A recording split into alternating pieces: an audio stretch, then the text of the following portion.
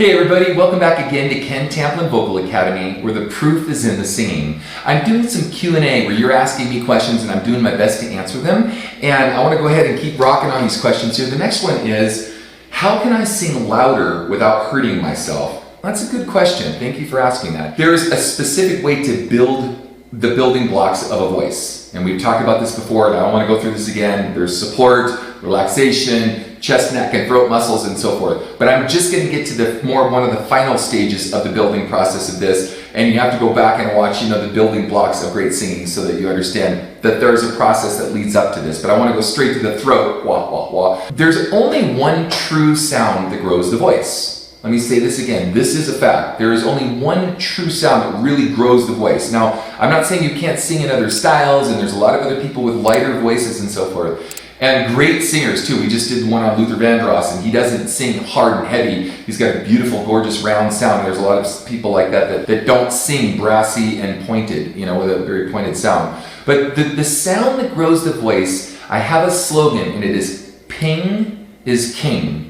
Ping is king, okay? It's this bright timbral sound. Now in opera, chiaro oscuro, which just means oscura, which means brightness with warmth around it. So we don't want this brassy, harsh, shrill sound coming at us. We want brightness and then the warmth around. So in other words, we want clarity and brightness with a big warm sound. Well, Ken, that still doesn't answer the question. How can I sing louder without hurting myself or going hoarse? So as we grow resonance, so we start la.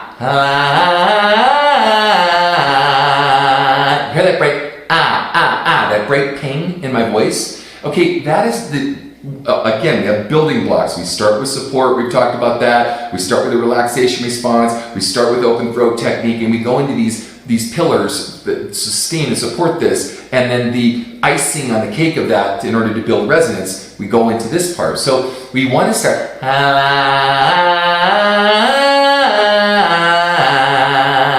and it's that bright ping that's not forced. That bright ping will start to grow and get bigger and bigger and bigger. It's like working out at a gym and your muscles start to get bigger. Well, if you do this responsibly and you do this correctly and you understand vowel modifications and all the other things that come into play in order to do this correctly, and again, I cover all this in my singing course called How to Sing Better Than Anyone Else, and I walk you through this step by step how to do this. As you grow this bright tone, this tonal quality, and you get rid of this feeling of like you're gagging on your vowel sounds, so you get good open throat technique, so you're not feeling like you're choking on your notes, you go through and you start to exercise and build muscle memory for this bright timbral sound. And as you grow this sound, as you start to get stronger and your body gets stronger, the sound starts to get bigger and louder, and you start to preserve your voice, and you find that you're able to sing much, much longer. Now let me give you a kind of a fun example of this. I get people from all over the world, as you can imagine, and people fly in from all over the world to work with me. And I had this one young gal, she was from Korea, and she talked so soft, and she sang so soft, and her artists were, Mariah Carey and Ariana Grande and Christina Aguilera, whatever, and these are the artists that she wanted to go after. We worked on this bright timbral sound for about an hour a day, 5 to 6 days a week, and by the end of 1 year, this didn't happen in 5 quick lessons, it wasn't 5 easy minutes to sing, none of that baloney, and that is baloney.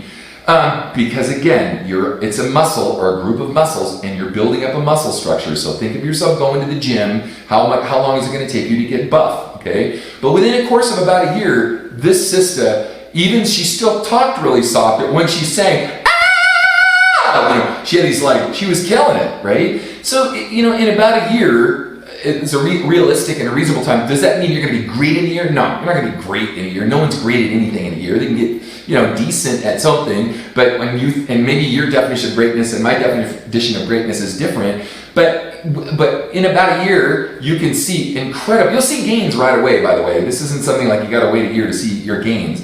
But in about a year, you'll see just an amazing difference in your sustenance, your ability, your longevity, to sustain notes, you get brighter, bigger, louder, and do this without going hoarse. Now, another interesting thing about this too, it's a little side note and then we'll close, is that let's say you want to go to a soccer game, right, football match, or you want to go to some sporting event, and you find yourself screaming your brains out and you lose your voice, right? And most otolaryngologists or ENTs will say, okay, take 3 days off, don't talk for 3 days until your voice comes back. This is true for a lot of things, like getting sick with postnasal drip and whatnot. Just stop singing, until your sickness goes away and then resume singing. That's actually not true if you understand what you're doing.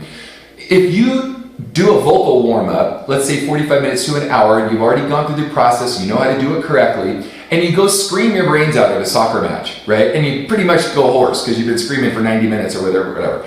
And then you come back the very next day and you do your vocal warm-ups and you put agility and flexibility and elasticity back in the cords, because the cords are collagen. They're made of pure collagen. And you put moisture back in the collagen, and all of a sudden the resiliency and the flexibility comes right back, right? The elasticity in it for its ability to stretch. It'll blow your mind. You're gonna go, oh my gosh, I could hardly speak last night. Protocol would be to take a couple, 3 days off till my voice heals, but I do Ken Tamplin's workout and all of a sudden my voice is back, just back in action, right? Why this is so cool is because I deal with a lot of very high-end professional singers that sing night after night after night. They might sing 1, 2, 3 hours, especially if they're doing in a cover band or something. And let's say they overdid it one night, they don't have to take the next day off. Because they're used to training in that way, they just gently, carefully, correctly get back on the wagon and they start warming up their voice again. They can go out and sing and kick butt and they didn't miss a beat. Okay, hopefully this will help you, and this is how you can sing without losing your voice and sing louder, hurting yourself. All right, please like and subscribe to my channel. That'd be super awesome. And until next time, God bless and peace out.